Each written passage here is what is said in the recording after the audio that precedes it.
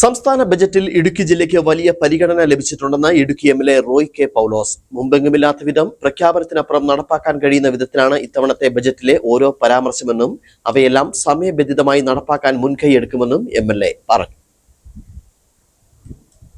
പതിറ്റാണ്ടുകളായി മലയോര ജനത നേരിടുന്ന ഭൂപ്രശ്നങ്ങൾക്ക് പരിഹാരമാണ് സംസ്ഥാന സർക്കാർ അവതരിപ്പിച്ച ബജറ്റെന്ന് ഇടുക്കി എംഎൽഎ റോയ് കെ പൗലോസ്.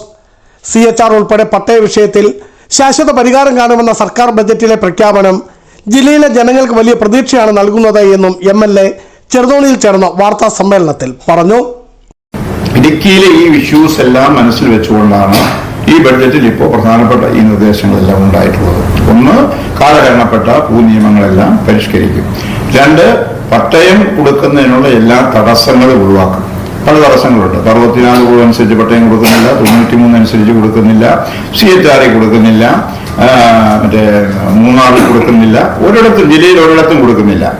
ഇടയ്ക്ക് സർക്കാർ ഇടപെട്ട് ഹൈക്കോടതിയിൽ നിന്നൊരു സ്റ്റേ 64 കോടിയുടെ സ്റ്റേ ഉണ്ടാകുന്ന മാറ്റിയിട്ട് ഒരു 800 പട്ടയം പെട്ടെന്ന് 3 ദിവസം കൊണ്ട് കൊടുത്തു കഴിഞ്ഞപ്പോൾ വീണ്ടും പരിസ്ഥിതിവാദികൾ കോടതിയിൽ പോയി. അപ്പോൾ കോടതി ചോദിച്ചു, നിങ്ങൾ എങ്ങനെ 3 ദിവസം കൊണ്ട് എങ്ങനെയാ 1000-ഓളം പട്ടയങ്ങൾ കൊടുത്തതെന്നായി.